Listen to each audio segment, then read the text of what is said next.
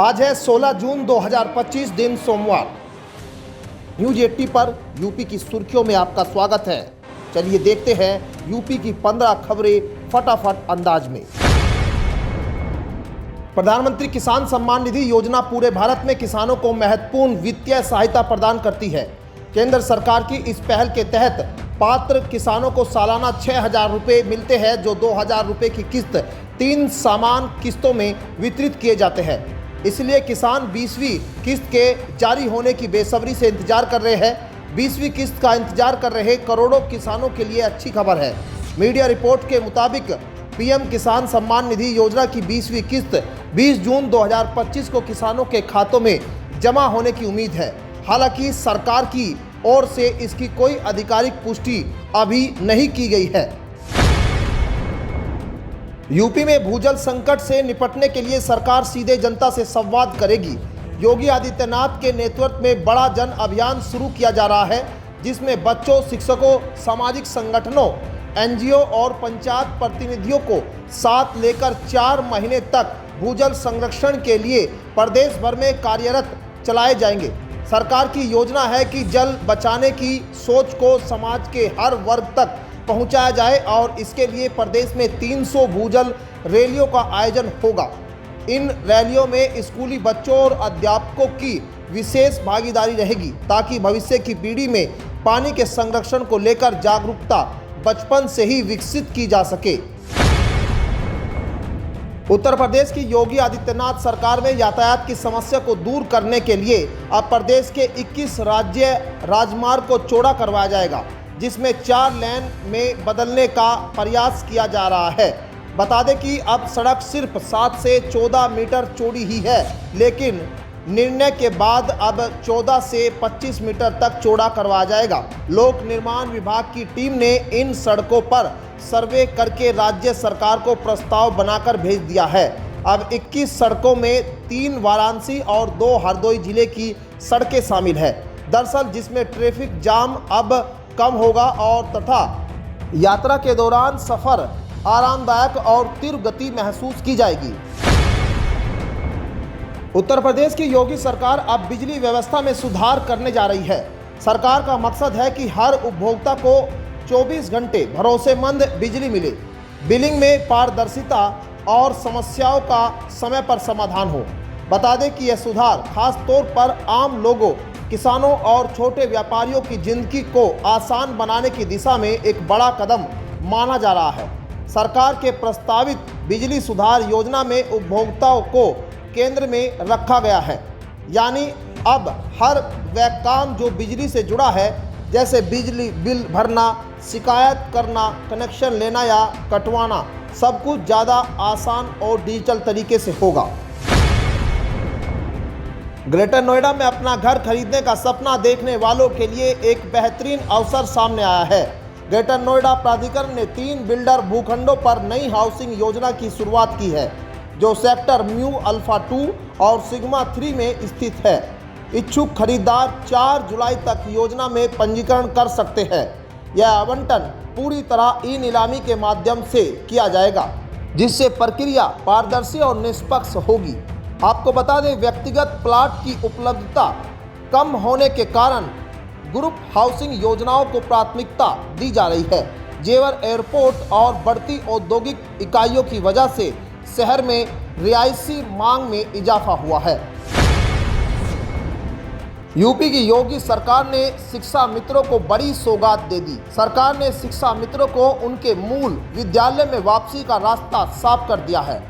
योगी सरकार के इस कदम से जो शिक्षा मित्र अपनी ग्राम सभा में चयनित हुए थे, लेकिन समायोजन के बाद उनको जिले में दूसरे ब्लॉकों में 80 से 100 किलोमीटर की दूरी पर भेज दिया गया था, वे अब अपनी ग्राम पंचायत के विद्यालय में लौट सकेंगे और घर के नज़दीक रहकर शिक्षण कार्य कर सकेंगे। इससे करीब 1.43 लाख शिक्षा मित्रों को राहत मिलेगी। शिक्षा मित्र लंबे समय से इनकी मांग भी सरकार से कर रहे थे। अब उनकी यह मांग पूरी होने से शिक्षा मित्रों को राहत मिल गई। उत्तर प्रदेश के गोरखपुर और आजमगढ़ के बीच कनेक्टिविटी को और बेहतर बनाने वाला गोरखपुर लिंक एक्सप्रेसवे अब जल्द ही जनता के लिए समर्पित कर दिया जाएगा। दरअसल इस महत्वपूर्ण परियोजना का लोकार्पण मुख्यमंत्री योगी आदित्यनाथ 20 जून को करेंगे। मुख्यमंत्री के 2 स्थानों पर लोकार्पण समारोह में भाग लेने और जन भावनाओं को संबोधित करने की योजना है। 20 जून को सुबह यूपी के मुख्यमंत्री योगी आदित्यनाथ सबसे पहले आजमगढ़ जिले के सालासपुर में आयोजित लोकार्पण समारोह को संबोधित करेंगे। बता दें कि इसके बाद वे गोरखपुर जिले के जैतपुर के पास आयोजित दूसरी जनसभा को भी संबोधित करेंगे।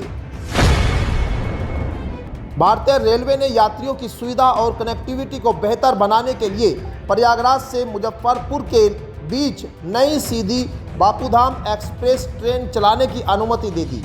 दरअसल यह ट्रेन अब 14-111, 14-112 नंबर से परिचालित होगी और अपनी सुविधा और सेवा में यह नया अध्याय जोड़ने जा रही है। नई बापूधाम एक्सप्रेस का परिचालन शुरू होने से प्रयागराज और मुजफ्फरपुर के बीच यात्रा का नया विकल्प उपलब्ध होगा। बता दें कि पहले यह ट्रेन 16 कोचों के साथ चलती थी, लेकिन यात्रियों की बढ़ती संख्या को देखते हुए कोचों की संख्या अब 21 कर दी गई है। हालांकि इन कोचों में आधुनिक LHB कोच भी शामिल होंगे। गौतम बुद्ध नगर से बुलंदशहर होते हुए मेरठ तक एक नया लिंक एक्सप्रेसवे बनाया जाएगा, जिस पर 4000 करोड़ रुपए खर्च किए जाएंगे। यह राजमार्ग 83 किलोमीटर लंबा होगा। गौतम बुद्ध नगर और बुलंदशहर के 57 गांवों का चयन किया गया है, जो दरअसल इस हाईवे से गुजरेंगे। इस राजमार्ग के लिए 1000 एकड़ भूमि की आवश्यकता होगी। यह जमीन किसानों से खरीदी जाएगी। जेवर एयरपोर्ट से जुड़ने से गंगा हाईवे की उपयोगिता लगातार बढ़ेगी। यूपी के मुख्यमंत्री योगी आदित्यनाथ ने हाल ही में 4 नए राजमार्ग संपर्कों का उद्घाटन करते हुए कहा था कि बेहतर कनेक्टिविटी के लिए राजमार्ग कवरेज का विस्तार किया जाना चाहिए। उत्तर प्रदेश सरकार ने भगवान शिव के अनन्य भक्तों के लिए एक अत्यंत खुशी और गर्व का अवसर प्रदान किया है। मुख्यमंत्री योगी आदित्यनाथ की पहल पर प्रदेश सरकार ने कैलाश मानसरोवर की यात्रा पर जाने वाले श्रद्धालुओं को आर्थिक सहायता देने का ऐतिहासिक निर्णय लिया है। इस योजना के तहत योगी सरकार कैलाश मानसरोवर यात्रा पर जाने वाले प्रत्येक श्रद्धालुओं को 1 लाख रुपए की आर्थिक सहायता प्रदान करेगी। बता दें कि यह घोषणा प्रदेश के धार्मिक पर्यटन को बढ़ावा देने के साथ साथ शिव भक्तों के लिए एक बड़ा उपहार साबित हो रही है। कैलाश मानसरोवर यात्रा हिंदू धर्म में अत्यंत पवित्र मानी जाती है। राम जन्मभूमि मंदिर निर्माण के बाद से देश विदेश से श्रद्धालुओं का रुख लगातार अयोध्या की ओर बढ़ा हुआ है। ऐसे में मुख्यमंत्री योगी आदित्यनाथ की अगुवाई में अयोध्या को स्मार्ट और सुरक्षित शहर के रूप में विकसित करने की दिशा में एक और बड़ा कदम उठाया गया। अब अयोध्या की निगरानी और ज़्यादा पुख्ता होने जा रही है। योगी सरकार की स्मार्ट सिटी योजना के तहत अयोध्या और फैजाबाद में 1000 नए CCTV कैमरे लगाए जाएंगे, जिससे न सिर्फ सुरक्षा व्यवस्था मजबूत होगी बल्कि यातायात, सफाई और नागरिक सेवाओं की मॉनिटरिंग भी आसान हो जाएगी। यह पूरा प्रोजेक्ट 56 करोड़ रुपए की लागत से तैयार किया गया है। बागपत में NHAI के चेयरमैन संतोष यादव व सड़क परिवहन एवं राजमार्ग मंत्रालय के सचिव B उमाशंकर ने दिल्ली देहरादून एक्सप्रेसवे निर्माण का निरीक्षण किया है। बता दें कि इसके बाद काठा गांव में पहुंचकर एक पेड़ मां के नाम अभियान के तहत पौधारोपण किया। उन्होंने कहा कि दिसंबर तक एक्सप्रेसवे को दिल्ली से देहरादून तक एक साथ जनता को समर्पित कर दिया जाएगा। दरअसल इसके चालू होने से जनता को काफ़ी सुविधा मिलेगी। वह दिल्ली के अक्षरधाम व देहरादून तक का सफ़र आराम से कर सकेंगे। उन्होंने काठा गांव में DM अस्मिता लाल व SP सूरज कुमार राय के साथ एक पौधारोपण किया। योगी सरकार प्रदेश में बुनियादी सड़क ढांचे को मजबूत करने पर काफ़ी जोर दे रही है। इसी कड़ी में सरकार एक साथ कई एक्सप्रेसवे का निर्माण कर रही है। इस लिस्ट में गोरखपुर शामली एक्सप्रेसवे का नाम भी शुमार है। माना जा रहा है कि एक्सप्रेसवे के बनाने के बाद पूर्वी यूपी के लाखों लोगों की तकदीर बदल सकती है। जी हां, तकरीबन 700 किलोमीटर लंबे गोरखपुर शामली एक्सप्रेसवे प्रदेश के कई सारे जिलों को कवर करेगा। जानकारी के मुताबिक गोरखपुर शामली एक्सप्रेसवे 6 लेन के साथ विकसित किया जा रहा है। इसे ग्रीनफील्ड एक्सप्रेसवे भी बताया जा रहा है। ऐसे में एक्सप्रेसवे के पास अधिक लोगों की आबादी नहीं होगी। उत्तर प्रदेश में अब तक की सबसे बड़ी पुलिस भर्ती परीक्षा को सफलतापूर्वक संपन्न कराने में योगी सरकार को बड़ी सफलता मिली है। लाखों अभ्यर्थियों ने भाग लिया और कहीं से कोई बड़ी गड़बड़ी या अव्यवस्था की सूचना नहीं आई। बता दें कि इसके पीछे सरकार की सख्त निगरानी और सुनियोजित व्यवस्था का बड़ा योगदान रहा। परीक्षा में बायोमेट्रिक वेरिफिकेशन और फेशियल रिकॉग्निशन के बाद ही अभ्यर्थी को परीक्षा केंद्र में प्रवेश दिया गया।